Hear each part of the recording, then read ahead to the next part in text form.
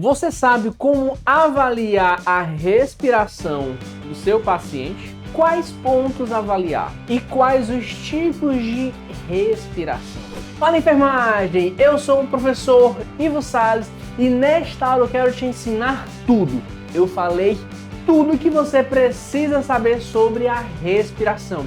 Respiração que é um dos sinais vitais mais importantes para você avaliar, que através dela você consegue até intervir apenas avaliando a respiração do paciente, como é que está a respiração dele, o paciente está respirando ou não está, qual tipo de respiração, precisa de oxigênio, não precisa de oxigênio, tudo isso nessa videoaula. É claro que para você saber de tudo isso que eu vou falar aqui, você precisa assistir essa aula até o final e anotar cada detalhe que eu vou falar nessa aula. Por isso, pegue caneta e papel e seja bem-vindo ao Descomplica Enfermagem.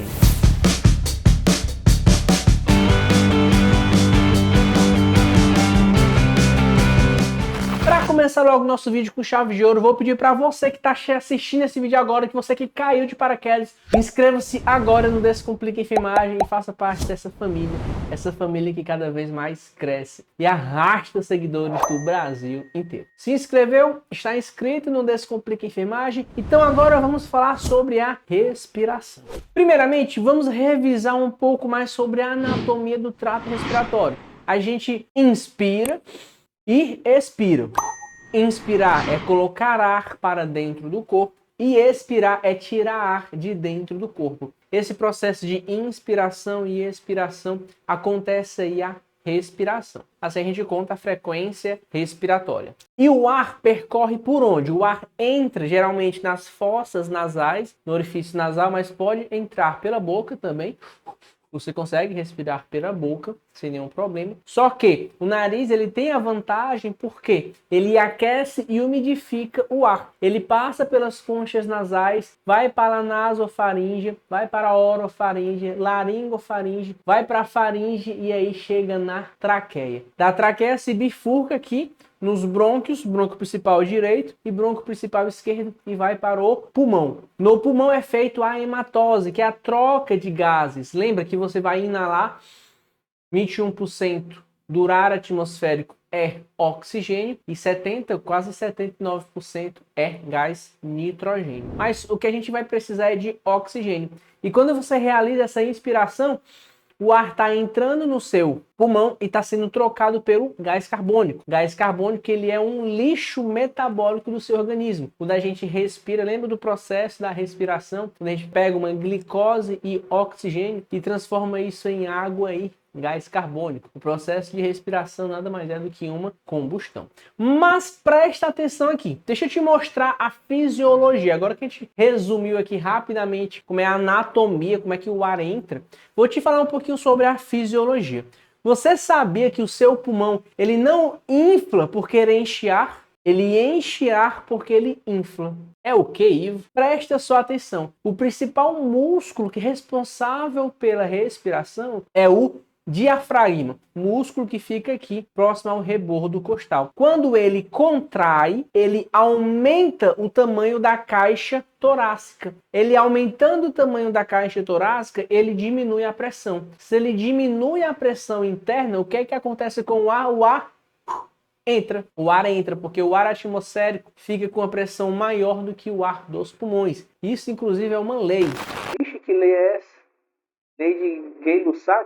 Se você estudar um pouquinho física, essa lei é chamada de lei dos gases ideais. Quando a gente aumenta o volume, a pressão ela reduz.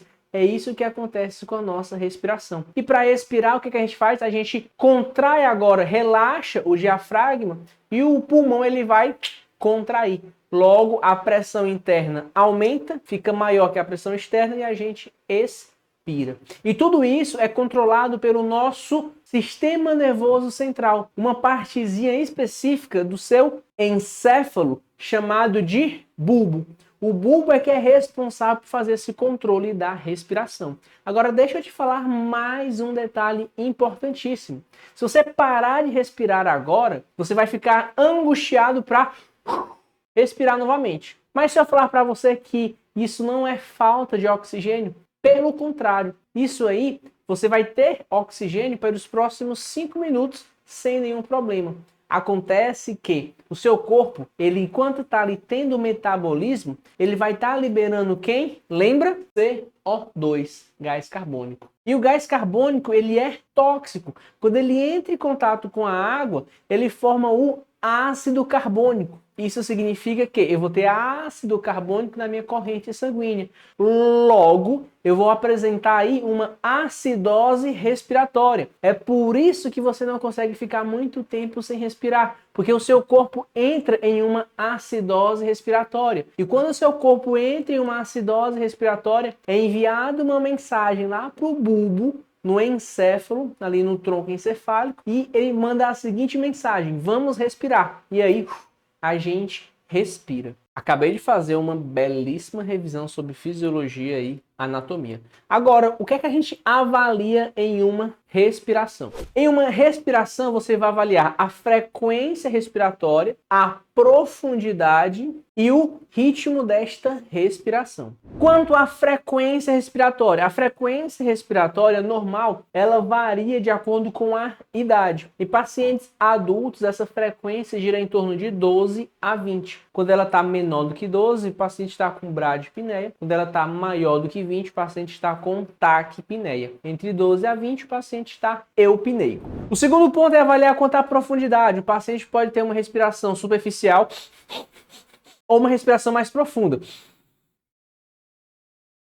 Importante avaliar isso. E outro fator, o terceiro fator para a gente avaliar em uma respiração é o ritmo. Se esse paciente ele possui uma ventilação, uma inspiração e expiração rítmica, se ele aumenta depois reduz, isso é importantíssimo. Por isso que a gente vai estudar agora os ritmos respiratórios. E para quem é concurseiro de plantão, o que eu vou falar agora despenca nas provas. Vamos falar agora sobre os tipos de respiração. Eu já falei para você o que é taquipneia, que é uma respiração com frequência aumentada, uma frequência aumentada e uma profundidade, uma amplitude reduzida, certo? Isso é taquipneia. Respirações rápidas e superficiais. Bradipneia é quando a frequência respiratória está menor do que 12.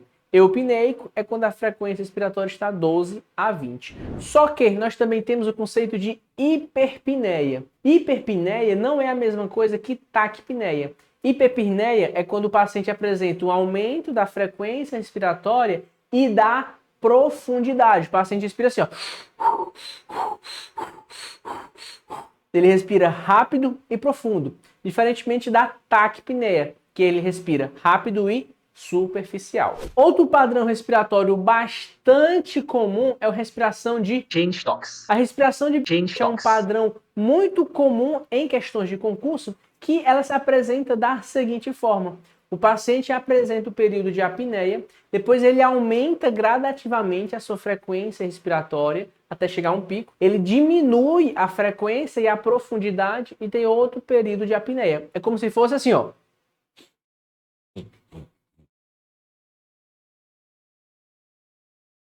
Eu já peguei pacientes assim, esse paciente, no caso, um paciente que eu peguei, ele sofreu um TCE grave. Inclusive, paciente que apresenta respiração do tipo Cheyne-Stokes, provavelmente pode ter oriundo aí algum TCE. Porque, lembra, é o encéfalo, o tronco encefálico, o bulbo, que controla a respiração. Então, se eu tenho um trauma na cabeça, eu vou ter ali um desarranjo do controle da respiração. Outro tipo de respiração que você pode encontrar é a respiração de Biot. A respiração de Biot ela é totalmente desorganizada. Ela pode ter taquipneia, bradipneia e apneia, períodos onde o paciente não respira. Ela não possui um padrão, ela é totalmente fora do padrão. E nós também temos a respiração de Kussmaul, muito característico de pacientes que apresentam cetoacidose diabética.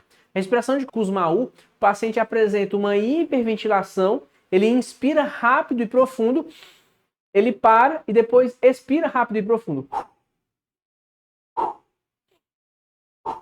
Essa é a respiração de Kussmaul. Muito importante para concurso e sua prática clínica, hein? Respiração de Biot totalmente desorganizada. Cheyne-Stokes aumenta gradativamente, reduz gradativamente em períodos de apneia. E Kussmaul rápido, respirações, expirações rápidas e profundas, seguido de um período ali de apneia, certo?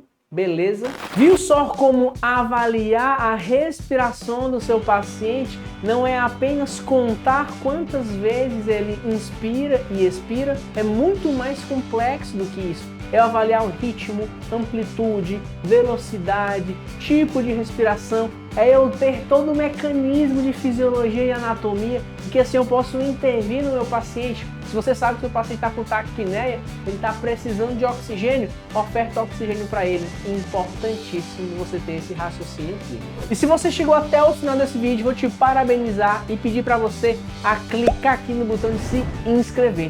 Inscreva-se agora no Descomplica Enfermagem e faça parte dessa família, a família que mais cresce no Brasil, pessoal. Show de bola? Agora que você já se inscreveu no canal, já está inscrito e deixou o like, você vai agora maratonar os vídeos do Descomplica Enfermagem. Vai lá, aqui é um vídeo e aqui é uma playlist sobre semiologia. Vai lá, e sinais vitais. Clica aqui, vai, clica.